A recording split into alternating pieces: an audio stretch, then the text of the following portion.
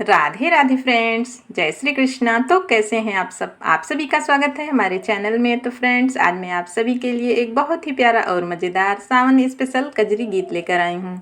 यह गीत आप सभी को कैसा लगा हमें कमेंट में अपनी राय जरूर दीजिएगा। तो आइए शुरू करते हैं।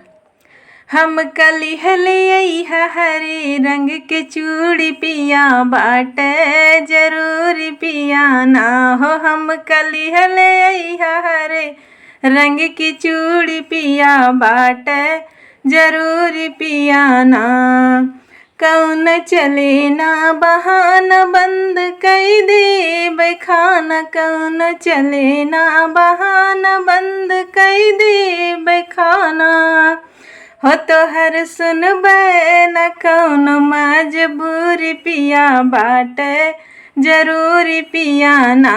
तो हर सुनबे न एक मजबूरी पिया बाटे जरूर पिया ना।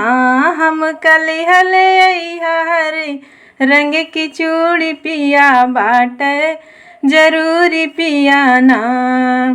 अगर चूड़ी ना लियबा घरवा के पछतैबा। अगर चूड़ी ना लियबा घरवा के पछतैबा।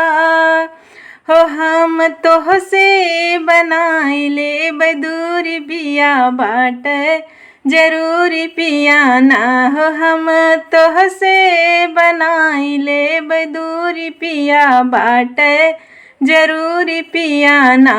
हम कलिहले हरे रंग की चूड़ी पिया बाटे जरूर पिया ना। हो हम कलिहले हरे रंग की चूड़ी पिया बाटे जरूर पिया ना। लाया हमका तू कजरा लाया बालों का गजरा।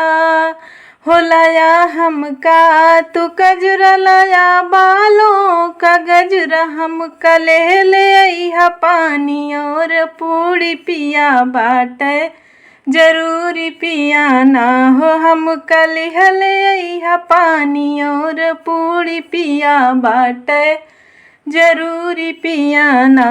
हम कलिहले हरे रंग की चूड़ी पिया बाटे जरूर पिया ना। हो हम कलिहले हरी रंग की चूड़ी पिया बाटे जरूर पिया ना। यह गीत आप सभी को कैसा लगा हमें कमेंट में ज़रूर बताइएगा। राधे राधे, जय श्री कृष्णा।